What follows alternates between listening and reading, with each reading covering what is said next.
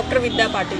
NCRB का एक data आया है कि मुंबई 2022 में सबसे ज़्यादा केसेस दर्ज हुए थे महिलाओं के खिलाफ अपराध। सेकंड नंबर हो चुका है मुंबई अनसेफ आफ्टर दिल्ली। आपको क्या लगता है, क्या मुंबई अनसेफ हो चुका है?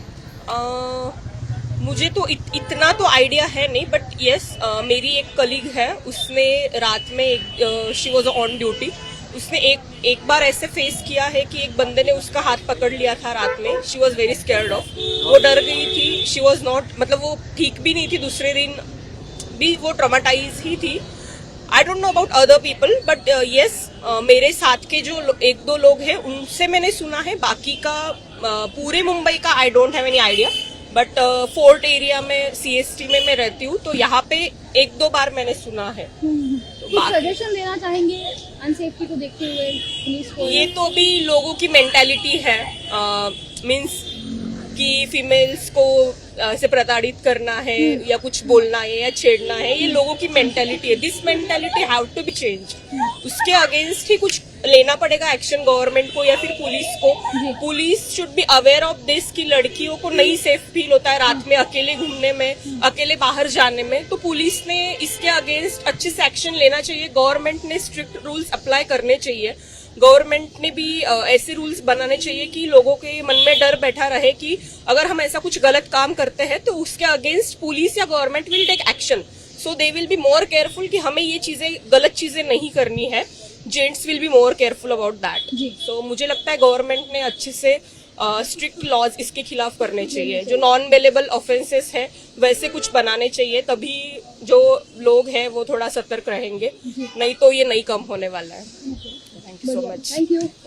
आपका नाम क्या है? My name is Nancy. Nancy, जैसे कि एक रिपोर्ट आया है एनसीआरबी का, उसमें बताया है कि मुंबई आफ्टर दिल्ली जो है अनसेफ सिटी माना गया है। इन 2022 काफ़ी ज़्यादा मामले देखे गए हैं, रिपोर्ट्स हुए हैं रेप के या छेड़छाड़ के। What will you like to say? Especially I'm like मैं completely safe feel क्यों even on times in like रात के टाइम पे भी I felt safe only। जी, तो क्या आपके फ्रेंड्स या ऐसे कुछ जिनसे आपने सुना है कि ज़्यादा अनसेफ हो चुका है मुंबई, ऐसे कुछ? नहीं, not। मतलब मुंबई सुरक्षित है? या कुछ एरियाज माइट भी ऐसे हो सकते हैं बट मोस्टली नॉट। मोस्टली है। आपका नाम क्या है? My name is Serin. Seven, जैसे की रिपोर्ट आई है एनसीआरबी की, तो इसमें बताया गया है कि after Delhi Mumbai is the next city unsafe, क्योंकि काफ़ी सारे ऐसे मामले दर्ज हुए हैं। 2022 का रिपोर्ट है ये। What will you like to say, सच में अनसेफ हुआ है Mumbai? I mean, it has always been unsafe बहुत पहले से, एंड लेडीज से बाहर निकलने से मना किया जाता है पहले से। It has been a history कि women shouldn't go out, roam around freely at night especially, but I can say that it is a bit safe in certain areas but not completely. It's still unsafe. अभी भी unsafe है? Yeah, surely. ज़्यादा क्या होता है? छेड़छाड़ ज़्यादा होती है, स्टॉकिंग ज़्यादा होता है आपके हिसाब से? छेड़छाड़ तो होती रहती है, even on like in broad daylight there is छेड़छाड़ हैपनिंग। लोकल ट्रेन में ट्रैवल करती हैं आप? हाँ, बट लेडीज कंपार्टमेंट में फॉर सेफ्टी। या सेफ्टी के लिए मतलब नॉर्मल डब्बे में आप जाना प्रेफर नहीं करते, क्यों? because you don't know how you might get touched in certain areas which you, if you don't want it to happen, then just avoid it completely and travel in ladies department. कुछ police को या government को suggestion देना चाहेंगे जिससे ऐसे आप unsafe ना करें फीमेल? Punishment strict करो यार, it's not that big of a deal, it's really easy, just punishment. The punishment for rape and all is just certain age of certain years of imprisonment and that's all. They are left around freely, they are roaming around freely. थोड़ा और strict करो, just lifetime or maybe death even. I'm not.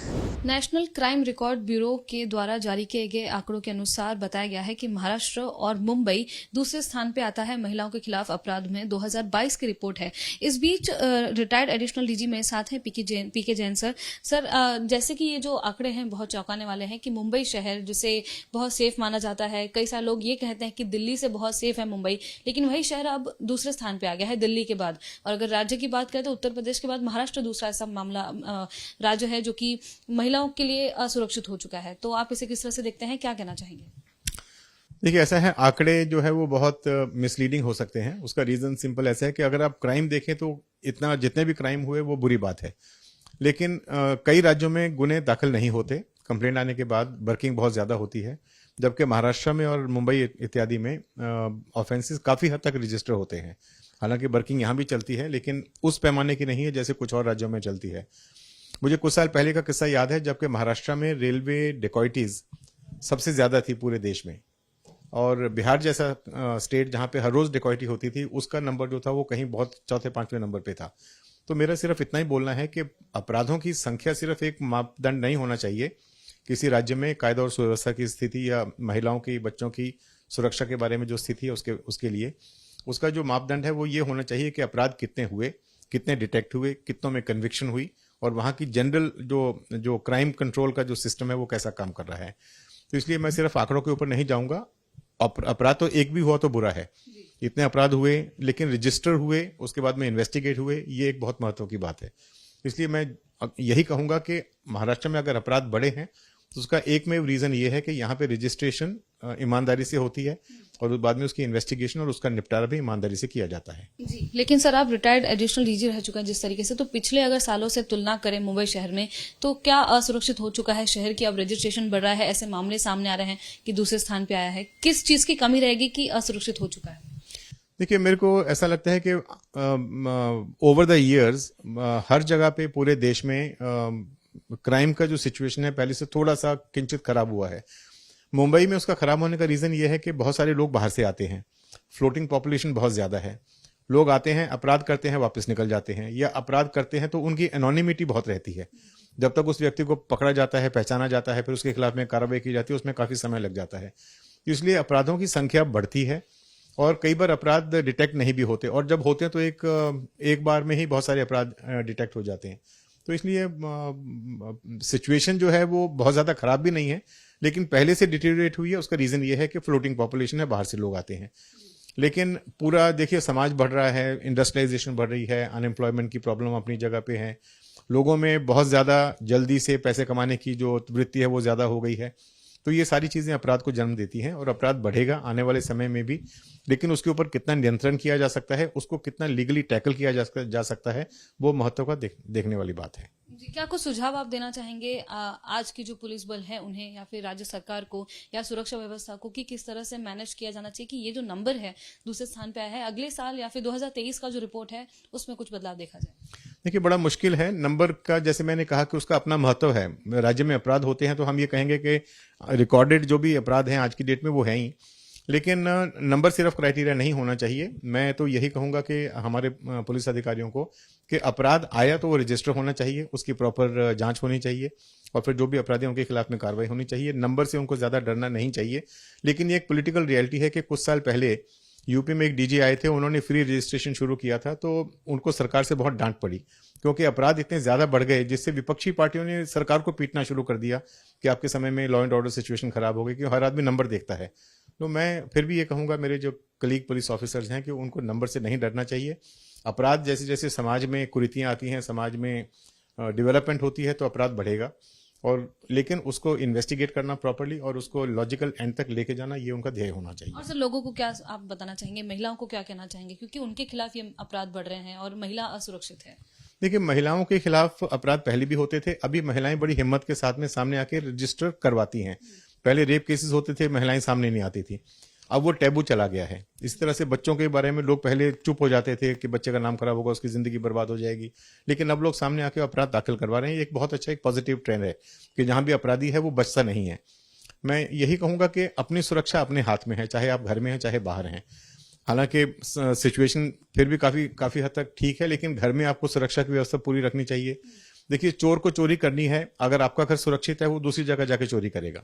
तो मैं यही कहूंगा कि अगर महिलाएं काम करने के लिए बाहर निकलती हैं, जो आजकल की जरूरत है, और अभी तो वैसे भी महिला रिजर्वेशन के हिसाब से और बहुत ज्यादा महिलाओं को एम्प्लॉयमेंट के चांसेस मिलेंगे, तो महिलाएं अपनी सुरक्षा का ध्यान खुद रखें। और बाकी कुछ सिस्टमिक चेंजेस जो है वो सरकार को करने चाहिए कि रात के समय में कैसे महिलाओं को सुरक्षा प्रदान करनी है, जो नाइट शिफ्ट ड्यूटीज हैं, उसमें उनको किस तरह से सुरक्षा प्रदान करनी है। ये एक व्यापक विषय है जिसके बारे में चर्चा करके महिलाओं के साथ में जैसे जैसे सिचुएशन डेवलप होती है सरकार को उसी हिसाब से कदम उठाने चाहिए। धन्यवाद सर हमसे बात करने के लिए। पीके जैन सर हमारे साथ थे, उन्होंने एक अहम मुद्दे पे गौर किया कि जिस तरीके से अपराध तो बढ़े हैं लेकिन रजिस्ट्रेशन भी बढ़ा है, यानी कि जो महिलाएं हैं वो हिम्मत के साथ आगे आ रही हैं और मुंबई शहर में जो अपराध हो रहे हैं उसे रजिस्टर कर रही हैं। तो कहीं ना कहीं ये खुशखबरी है कि रजिस्ट्रेशन हो रहा है, लोग चुप नहीं बैठ रहे हैं और अपराध के खिलाफ आवाज उठा रहे हैं, लेकिन फिर भी लॉ एंड ऑर्डर को सख्त तरीके से देखना, सख्ती से उससे पेश आना और जो क्रिमिनल्स होते हैं उनके खिलाफ तुरंत इन्वेस्टिगेशन करना और उनके खिलाफ जो कार्रवाई है वो करना बेहद जरूरी है। कैमरा पर्सन अनिल पवार के साथ मैं लता शर्मा, एबीपी न्यूज मुंबई।